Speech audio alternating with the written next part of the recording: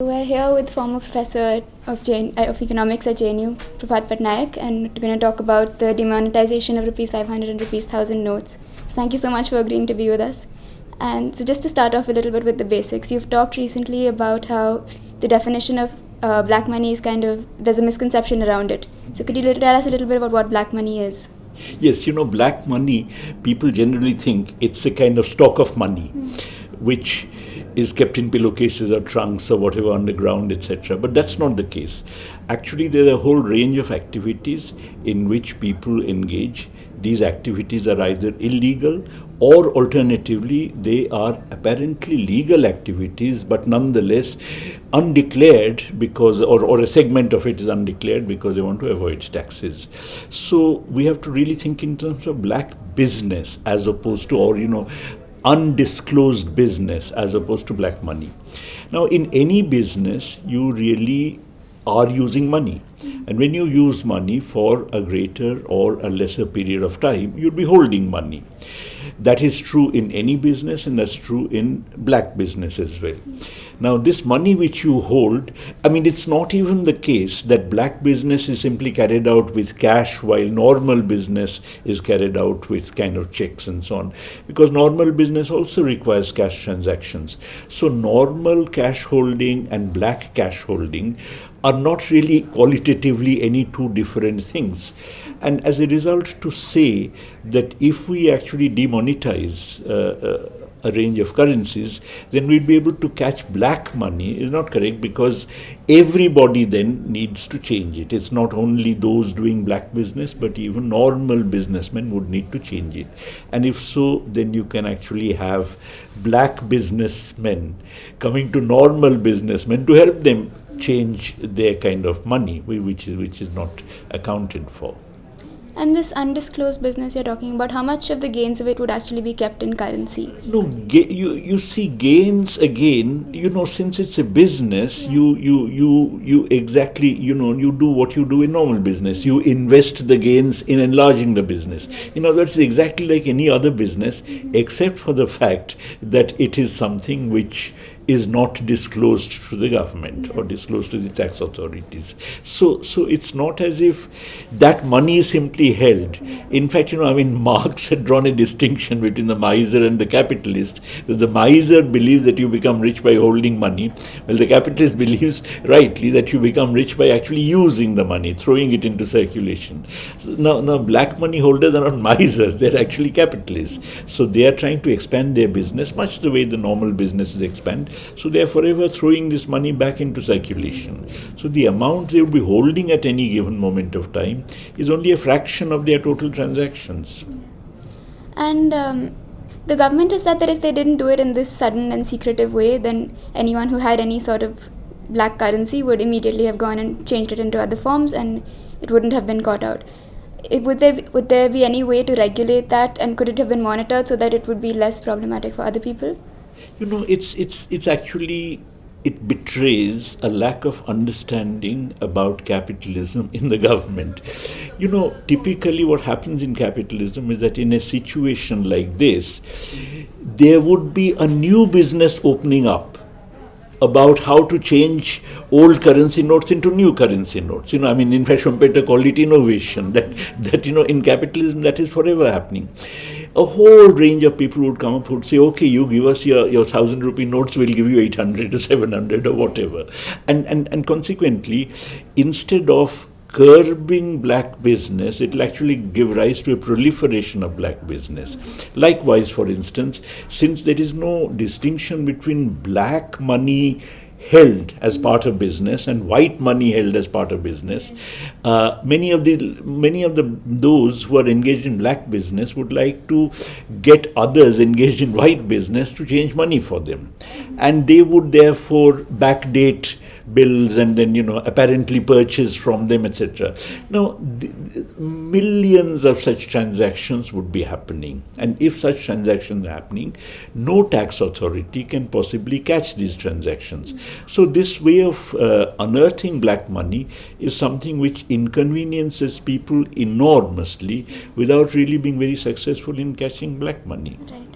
And this kind of demonetization has been done before. has there been some sort of history of it working? Why is it seen as a step that needs to be taken again? In fact, demonetization, whenever it has been done with very large currency notes, something which ordinary people don't even get to see, let alone use. Therefore, it was completely without inconveniencing people. The first demonetization in a more recent period, 1946, which was under the colonial administration, they actually demonetized, higher value notes. Then subsequently, you had under the Morarji Desai government in post-independence India, 1978, they demonetized again large value notes, 1,000, 5,000, 10,000 rupee notes. Now, even those days in 78, 1,000 rupees were a lot of money. Ordinary people simply did not use 1,000 rupee notes. As a result, life went on as normally it does. On the other hand, there was some effort at checking black money. I don't think it really succeeded very much in checking black business. But on the other hand, it at least did not inconvenience anyone. Now we are in a situation where people are getting inconvenienced. There are enormous long queues outside banks, and what is more, the peasantry has just harvested its crop, and they are about to sell. But on the other hand, if they don't get cash, the crops are lying there, they may get damaged. I mean, this is just causing enormous inconvenience to everybody without really being particularly effective about unearthing black money. Yeah. And how do you think this move will affect those in the informal economy or those who don't have bank accounts? Yes, the point is that, let me give you an analogy. If there's a crime which occurs in a particular locality, you don't, as it were, call in all the residents of the locality to the police station in order to find out whose hands contain blood stains or whose eyes are bloodshot and so on. Typically, you just pursue the case and you investigate.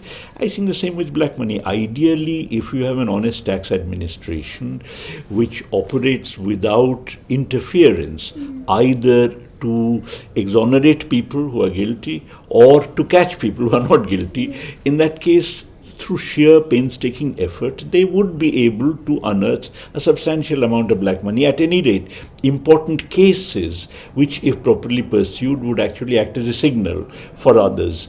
This is what happens in other countries, but on the other hand, this is not what we are doing. What we are actually doing is really, demonetizing, 500 and 1,000 rupee notes at great inconvenience to people, and it's going to have all kinds of impact as far as the economy is concerned. Business would come to a standstill for several days. If people move from money to commodities, there would be a sudden upsurge in price, etc. In other words, these are not things which can be easily predicted because they are not things which happen in the normal course of life. But on the other hand, to go through all this and what is more, inconvenience people for a chimera, namely this is going to unearth black money, is really, to my mind, quite inane.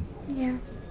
And the government has talked before, they've received information about people who have offshore accounts, things that, like you said, they could investigate, they already have leads, or people holding participatory notes in stock markets. Why do you think they've chosen this particular method? Yes, in fact, this particular route is not even going to affect the kind of black business that actually operates internationally or that's being carried out internationally. Those who carry out this business and keep their money in Swiss banks, now they are not going to be affected by demonetizing rupee notes.